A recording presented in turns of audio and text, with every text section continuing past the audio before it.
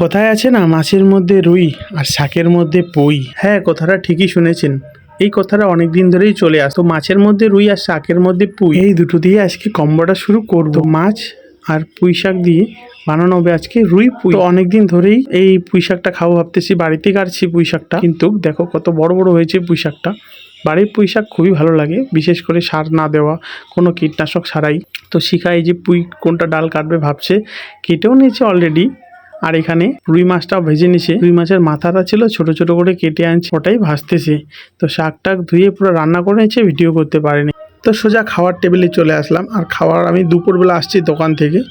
দোকান থেকে এসে দেখি রান্না কমপ্লিট, শিখা আমার জন্য বেড়ে রেখেছে। আর এরকম কিন্তু পাতলা করে রুই মাছ পুঁই শাকের ঝোল কিন্তু ভালোই লাগে। আর এই গরমে বিশেষ করে পাতলা ঝোল খাওয়াই শ্রেষ্ঠ, বেশি মশলা ছাড়া। টেস্ট করার পালা, টেস্ট তো আমি আগেই করে নিচ্ছি, এখন শুধু ডাবিং করতেছি।